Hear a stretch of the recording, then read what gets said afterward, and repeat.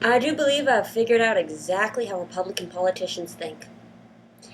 And to explain it, I shall use a very horribly fake, but somewhat inspired from my childhood in Texas, southern accent and ridiculous statements to show you how they think.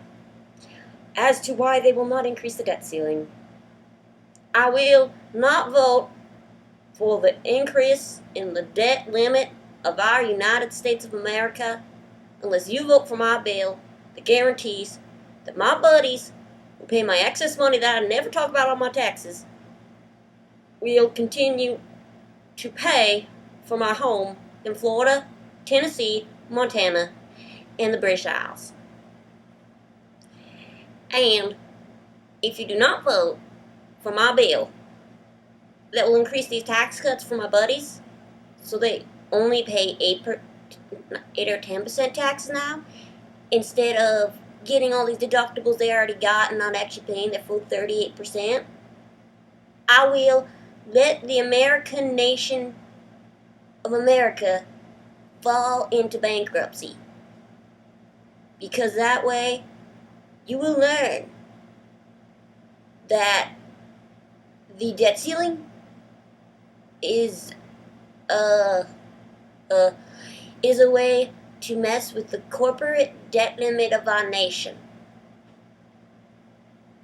And that the Social Security of socialist government should be taxed because people without jobs, who my job creating 1% buddies, just, are trying to help by creating less jobs, but they're creating more paying jobs, are not paying their fair share. And I think we should raise the taxes on them. Because my corporate friends, they're paying for my Bentley. And if you don't increase the taxes on these Social Securityists, I won't get my Bentley. And I object to the insinuation that I did not pass law school. Because last I checked, that nerd cashed that check I gave him to do my homework. His name was Eddie. And he's been paid fine at that IT firm that recently collapsed. Yes, he's doing absolutely fine. But the person on the street does not understand the mechanisms of my brain. Because politics are more about my summer home in Florida with the beautiful view of the Cape and the Keys. And I can see Africa from my house. And this astonishment of imagination, the corporate entities are not making jobs because they are making more money, is a lie by the Democrat Socialist Movement, and I, for one, object to it. I truly do. Now, pardon me while I cash this check. I just got it from my best friend. He works at IBM. Okay. And you don't understand what we're saying half the time. And to be honest, if I didn't have this little script in front of me, I wouldn't know either. See, it's right up here, right above the screen. If you ever notice how when I'm talking, I look up like that, it's because right there, that's my scripter. But of course, we won't let the other guys and the blue donkey people, do it. But we're allowed to talk off a script.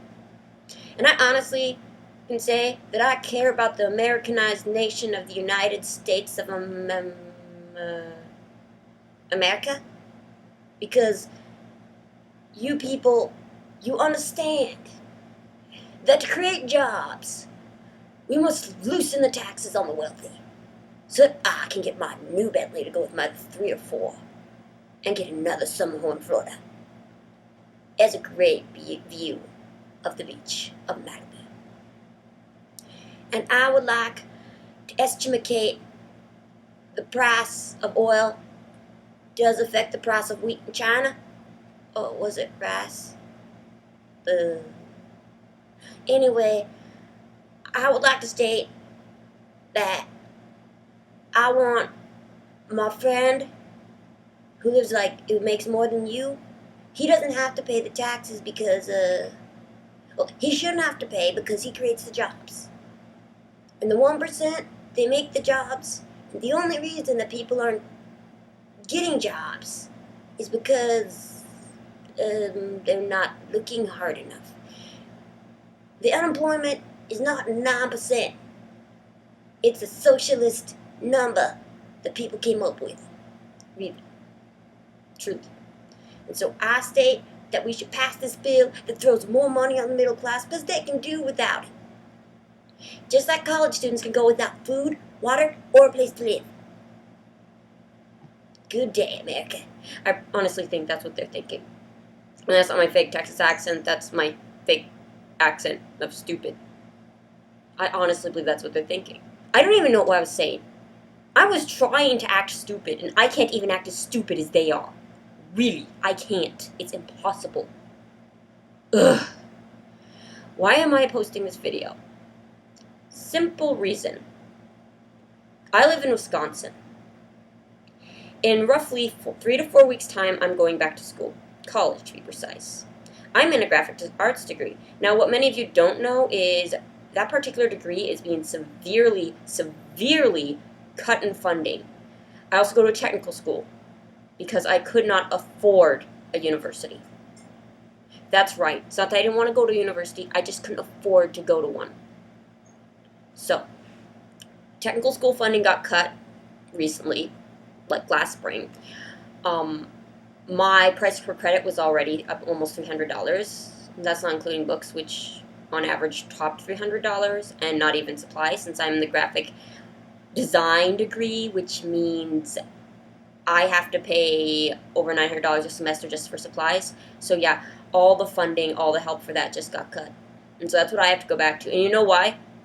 Because the stupid red elephant in control of our state decided to vote over a bill that said you can't, cuts basic public schooling and cuts the funding for technical institutions, technical colleges, and cuts art funding, and it really pisses me off.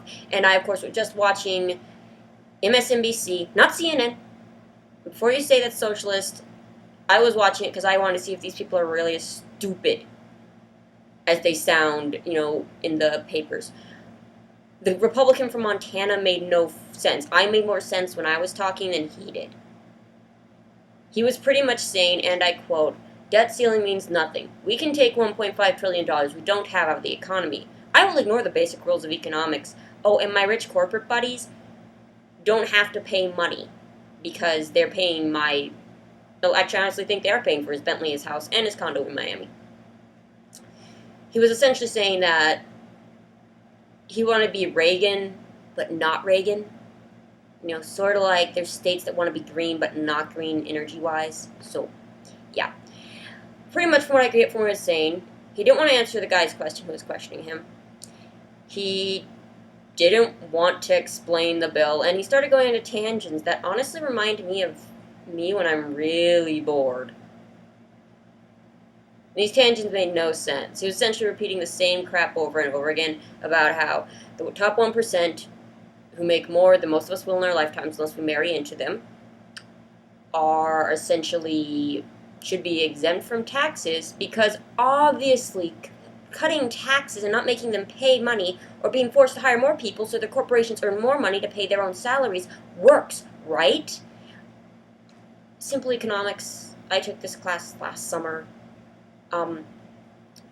Increase in taxes means that these rich guys have to hire more people so they can bring in more revenue in the long term to make more cash for their budgets, for their little pockets.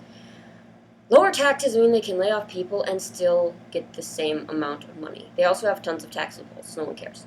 These guys in our government right now, I think I'll call them the redcoats. Sorry, Brits. No offense to anybody that's British out there. But they honestly are a bunch of douchebags.